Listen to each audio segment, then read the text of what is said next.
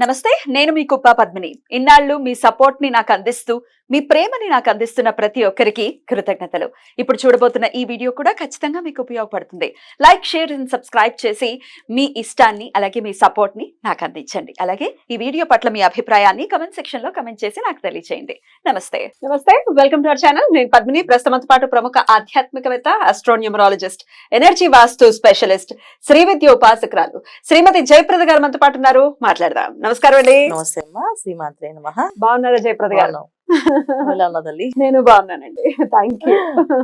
Board మీద already రాశారు December మాస ఫలితాలు వచ్చేస్తోంది. డిసెంబర్ మాసం ఎంత ఫాస్ట్ గా పరిగెడుతున్నాయి రోజులు, వర్ణనాతీతం.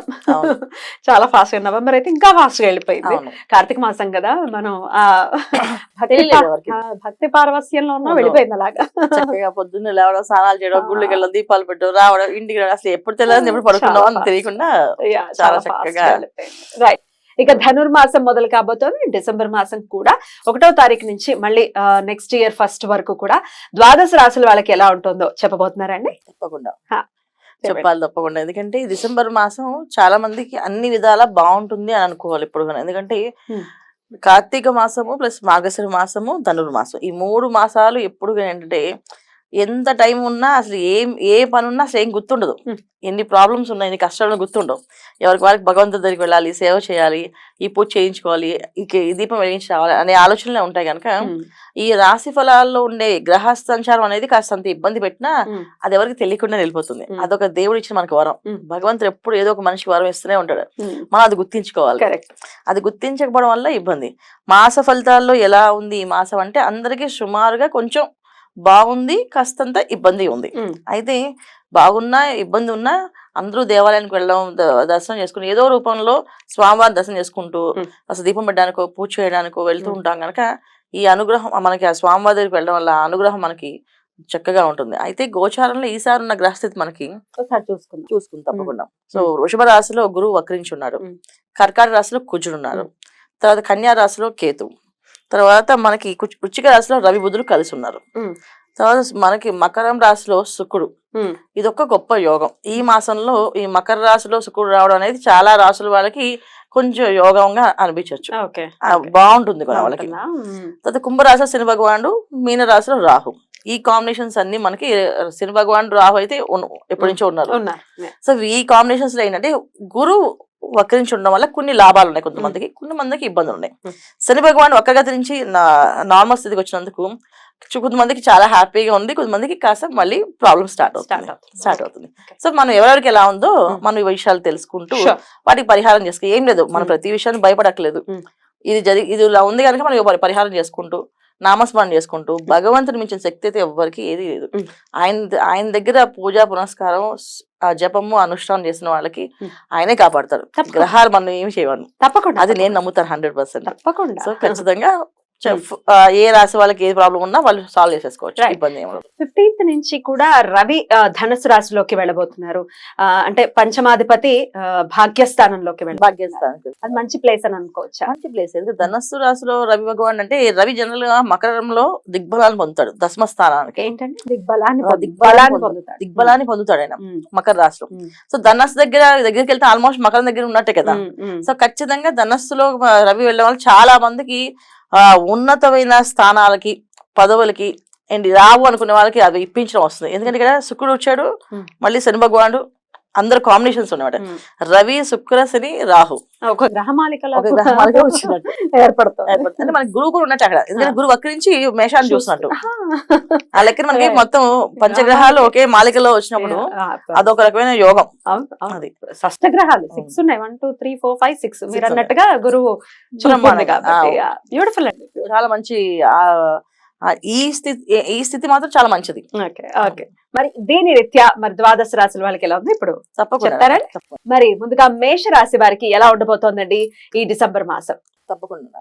మేషరాశి వాళ్ళకి అన్నిటికన్నా ముఖ్యమైనది అంటే శని భగవానుడు వక్రగతి నుంచి నార్మల్ స్థితికి వచ్చేసరి కనుక వీళ్ళకి లాభంలో శని భగవానుడు అనేది ఏంటంటే కొన్ని యోగాలు వీళ్ళకి వస్తాయి ఎప్పటి నుంచో. అంటే వాళ్ళ జన్మ జాతకంలో కూడా శని భగవాన్ యోగకారకుడు అయి ఉండి లేదా అంతర్దశలు నడుస్తూ అది యోగంగా ఇస్తే మాత్రం బ్రహ్మాండమైన ఫలితాలు మేషరాశి వాళ్ళు అందుకుంటారు. Beautiful. అది ఎలాంటి ఫలితాలు వస్తాయంటే అసలు చెప్పలేము అనమాట. ఈ ఒక ల్యాండ్ వస్తే ఆ ల్యాండ్ ఇంకా స్థిరంగా అది లక్ష్మీ యోగంగా మారిపోయి బా. వాళ్ళకి దినదిన అభివృద్ధిగా ఉంటుంది. ఎందుకంటే ఇక్కడ డిసెంబర్ నుంచి శుక్రుడు 2వ తారీఖు నుంచి అక్కడ శుక్రుడు మకరంలో, అంటే వాళ్ళకి దశమస్థానం అవుతుంది. దశమస్థానంలో శుక్రుడు, లాభస్థానంలో శని భగవానుడు. ఈ కాంబినేషన్ ఏంటంటే యోగాలు ఏవైనా వస్తే కూడా బ్రహ్మాండంగా వచ్చే యోగాలు ఉన్నాయి వాళ్ళకి. వివాహాలు అవుతాయి, మంచి సంబంధాలు, ఆ వివాహం అనేది వీళ్ళకి దినదిన అభివృద్ధి లాగా ఉండే విషయాలు. అంటే ఆ ఫ్యామిలీ వీళ్ళకి సపోర్టింగ్ అనమాట, బాగా సపోర్ట్ గా ఉండేట్టుగా. ఏ విషయమైనా ఫైనాన్షియల్ గా కావచ్చు, లేకపోతే వీళ్ళకి కావాల్సిన రిలేషన్షిప్ లో కానీ కావచ్చు, బాగుంటుంది. ఈ కాంబినేషన్స్ లో ఉంటాయి. తర్వాత స్థిరాస్తుల గురించి ఎప్పటి నుంచి రావనుకునేవి వస్తాయి. ఎందుకంటే వాళ్ళకి మేషంలో గురువు, మనకి వృషభంలో ఉన్న గురువు మేషాన్ని చూస్తూ ఉన్నాడు, ఇక్కడ లాభంలో శని భగవానుడు, తర్వాత మకరంలో శుక్రుడు. ఈ కాంబినేషన్స్ ఎప్పుడు కూడా ఏంటంటే డెఫినెట్ గా సాధించుకొస్తారు. తర్వాత వీళ్ళకి వ్యయస్థానంలో రాహు. సో ఏం చేస్తాడు, ఖచ్చితంగా రావాల్సిన పెండింగ్స్ ఏమన్నా అది ఇచ్చేస్తుంటాడు. ఇవన్నీ రాహు వ్యయంలో రాహు మంచిగా, శని రాహుల్ కలయిక చూపు ఉంది కదా ఈ వీక్షణ, దాని వల్ల ఎనర్జీస్ పనిచేస్తాయి. ఇక్కడ గురువు రాహు కలిసినా సరే కొన్ని రావు అని కొన్ని మొండి ఉంటాయి, మొండి బాకీలు అవి కూడా వచ్చే అవకాశం ఉంటాయి.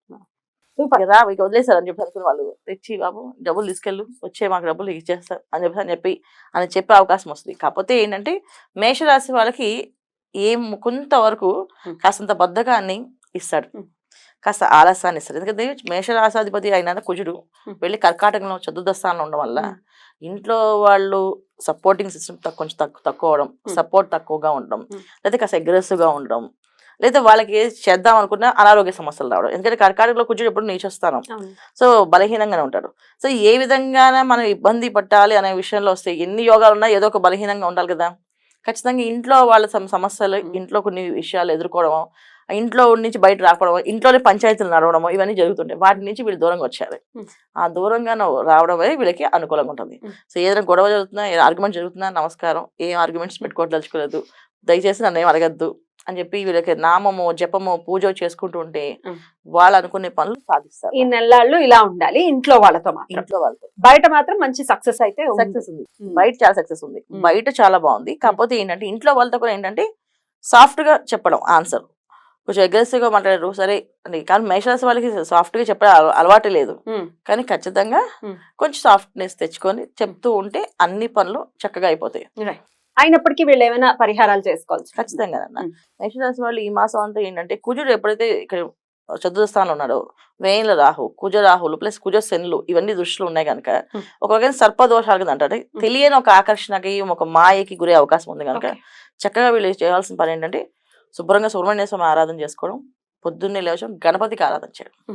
సో సుబ్రహ్మణ్య స్వామి అంటే మంగళవారం పాటు గుడికి వెళ్ళడం, ప్రదక్షిణాలు చేసుకుంటూ ఉండడం, ప్రతి నిత్యం ఇంట్లో గణపతిని ఆరాధన చేసుకోవడం, గణపతి ఆయన దండం పెట్టుకొని ఏ విఘ్నాల ఆటంకాలు రాకుండా చూడు స్వామి నా జీవితంలో అని చెప్పి ప్రతిరోజు నమస్కారం చేయడం, గరికతో పూజ చేయడం, ఆయనకి ఉండ్రాళ్ళు, బెల్లము, అరటిపళ్ళు, బెల్లము, ఇలాగ బెల్లం నైవేద్యం కంపల్సరీ ఉండాలి. ఏవో ఒకటి దాంతోపాటు పళ్ళు కానీ కొబ్బరికాయ కానీ ఏది కుదిరితే అది నైవేద్యం పెడుతూ ఉంటే అన్ని పనులు చక్క అవుతాయి వీళ్ళకి. ఒక మంచి పీరియడ్ గా చూసుకోవచ్చు ఈ మాసం మేషరాశి. దట్స్ సో బ్యూటిఫుల్, వినడానికి చాలా సంతోషం అనిపించింది. మరి ఇలాగే మీరు చెప్పిన విధంగానే చాలా చక్కగా వెళ్ళాలి మాసం అంతా అని మనస్ఫూర్తిగా కోరుకుంటూ ఇక నెక్స్ట్ వీడియోలో వృషభ రాశి గురించి తెలుసుకుందాం. థ్యాంక్ యూ అండి. నమస్తే. శ్రీమాత్రే నమః.